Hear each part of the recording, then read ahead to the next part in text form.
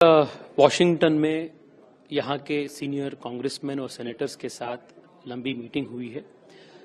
The meetings have been very fruitful, very encouraging.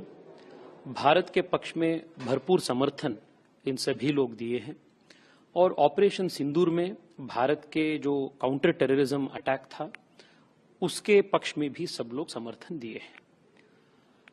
एक बात और है कि इन सभी देशों में, वो गयाना हो, आज अमेरिका हो, हर देश में टेररिज्म के मुद्दे को छोड़कर भी भारत के साथ और कई सारे मामले में एंगेज करने के लिए सब लोग उत्सुक हैं, क्योंकि आज भारत विश्व के चौथे सबसे बड़ा इकोनॉमी है, बड़ा एक युवाओं का देश है।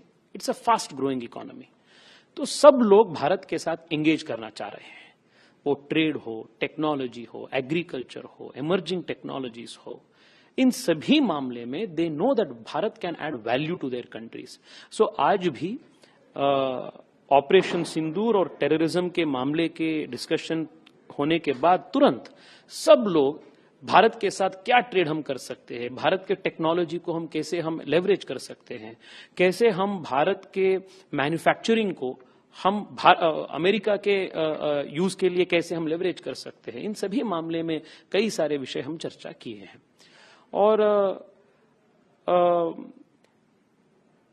पाकिस्तान और इंडिया के बीच में कोई कंपैरिजन ही नहीं है, ये सब लोग जानते हैं और अपने डिस्कशंस में ये साफ साफ आ रहा है।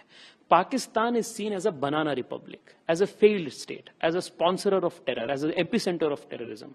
But India is seen as an emerging global power. और भारत के साथ सब कंट्रीज बहुत अच्छी रिश्ता बनाने के लिए बहुत उत्सुक है। This is a very big difference. So Bilawal Bhutto यहाँ पिछले 2 दिन से 3 दिन से यहाँ ट्रैवल कर रहे हैं, इधर उधर घूम रहे हैं और भारत के डेलीगेशन को कॉपी करने के लिए प्रयास भी कर रहा है।